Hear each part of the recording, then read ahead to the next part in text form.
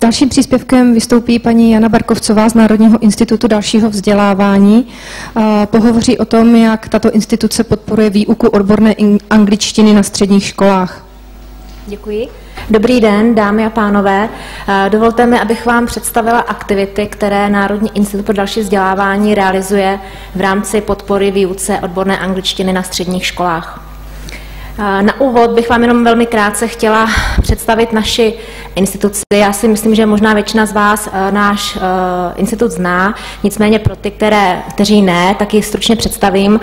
NIDV je organizací zřízenou ministerstvem školství a má pobočky ve všech krajích a její náplní je poskytovat další vzdělávání pedagogickým pracovníkům v rámci jejich celoživotního vzdělávání, a to pro všechny typy a stupně škol, učitele a ředitele škol.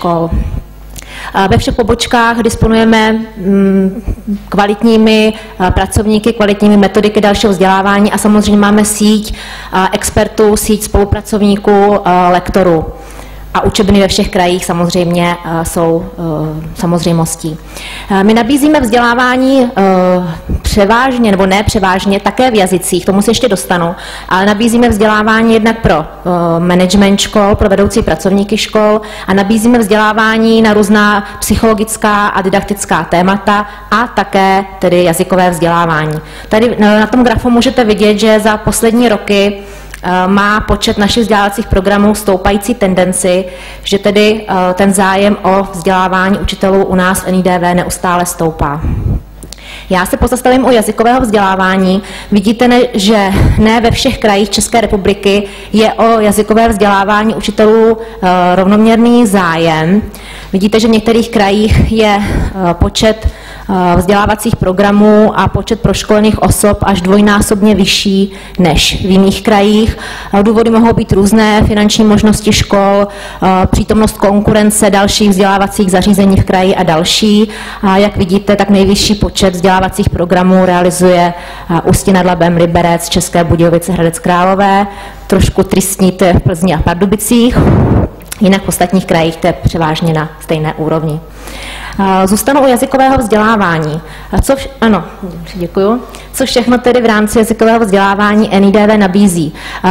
Školíme učitele k státním maturitám, to znamená, u nás probíhá školení hodnotitelů, zadavatelů, školních maturitních komisařů. Nabízíme jazykové vzdělávání, které školy mohou financovat v rámci EU peníze školám a středním školám. Nabízíme rozmanité jazykové kurzy a metodické semináře pro učitele cizích jazyků.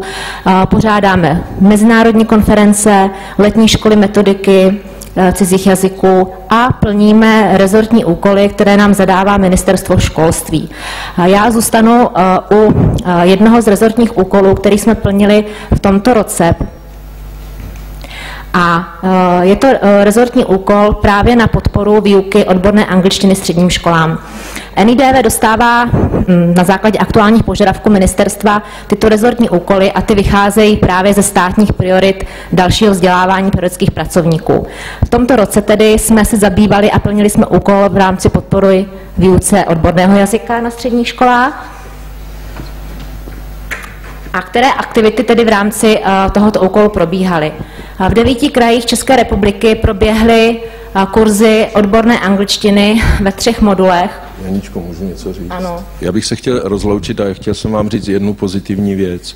Tak jak techniku se nejste schopni naučit ve 40 nebo v 50. Tam skutečně se chleba láme někde kolem toho 10. 12. roku. Ale cizí jazyk jsme schopni učit celý život. Děkuju vám. Nashledanou.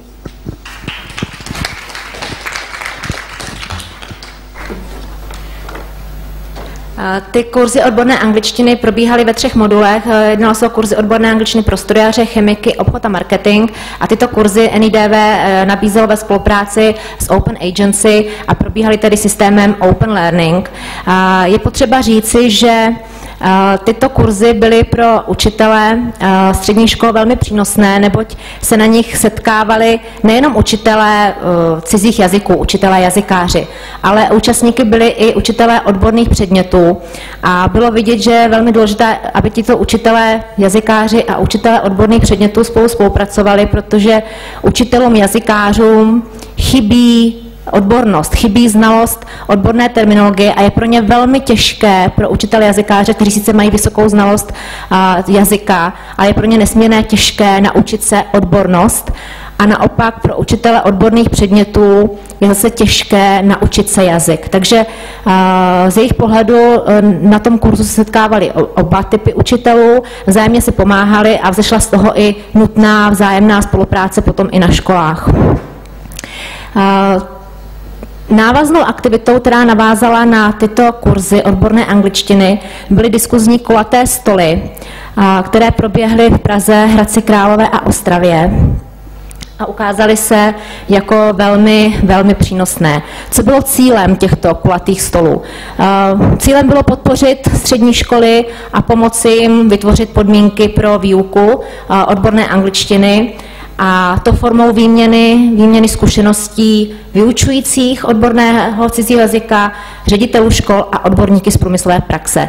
Na těchto diskuzních kulatých stolech totiž sešli nejenom zástupci škol, učitelé, ředitelé, ale právě i zástupci ze strany zaměstnavatelů, zástupci z firem, z výrobních podniků a bylo to velmi přínosné pro obě strany, protože jak se ukázalo, tak učitelé nemají každodenní možnost nebo častou možnost setkávat se zástupci výrobní sféry, nemají možnost si vzájemně vyměnit názory. Takže to bylo velmi přínosné, protože ze strany zaměstnavatelů zazněly jejich požadavky na nároky, na jazykovou vybavenost absolventů škol a na to, jak jsou neustále se zvyšují tyto nároky. A to jsme tady konec konců dneska slyšeli od pana Juřičky, od pana Tůmy. A naopak učitelé zase měli možnost si postěžovat na problémy, které trápí je ve školství a vzájemně takto obě strany svoje problémy, požadavky zkonfrontovaly. Takže obě strany toto hodnotily jako velmi přínosné setkání.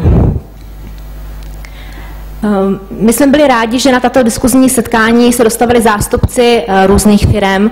Tady máte některé vyjmenované, byly to firmy IBM, Škoda Auto, Aman, Feram Strojírna, Ela, Bagel Kriesel, Prestar, Opava a další. A skutečně ta výměna názorů byla velmi důležitá. Tam třeba tady zmíním jeden velmi zajímavý názor, který prezentoval zástupce firmy Škoda Auto, který prohlásil, že vzhledem ke počtu zaměstnanců a poboček a z důvodu, že vlastně oni školí a učí jazyky ve své firmě od konstruktéru až po vrcholný management, tak prohlásil, že Škoda Auto je jedna z největších jazykových škol v republice. Takže i toto mluví, myslím, samo za sebe. Jinak celkem v rámci této akce, vzdělávací rámci tohoto rezortního úkolu, bylo proškoleno v NIDV 165 účastníků, tedy učitelů středních škol, kteří prošli kurzy odborné angličtiny a zúčastnili se diskuzních kulatých stolů. Tyto akce byly hodnoceny velmi kladně a NIDV rozhodně doufá a chce v dalším roce tyto akce vzdělávací zopakovat. Když jsme teda u toho, co nás čeká a co chceme do příštího roku, čeho se týká koncepce jazykového vzdělávání NIDV na příští rok, tak jednak se chceme zaměřit na podporu dalšího cizího jazyka na středních a základních školách, tedy nejenom angličtiny, ale i na výuku němčiny, francouzštiny, ruštiny, a to i v rámci podpory výuky odborného jazyka. Dále se zaměříme na zavádění metody CLIL na základních a středních školách. Pro ty, co nejsou jazykáři, tak jenom vysvětluji, že metoda CLIL je forma výuky, kdy se zavádí cizí jazyk do ostatních odborných předmětů. A samozřejmě se zaměříme opět na další podporu výuky odborného cizího jazyka na středních školách, nejenom angličtiny, ale i dalších jazyků. Já vám děkuji za pozornost a děkuji za pozvání na tuto konferenci.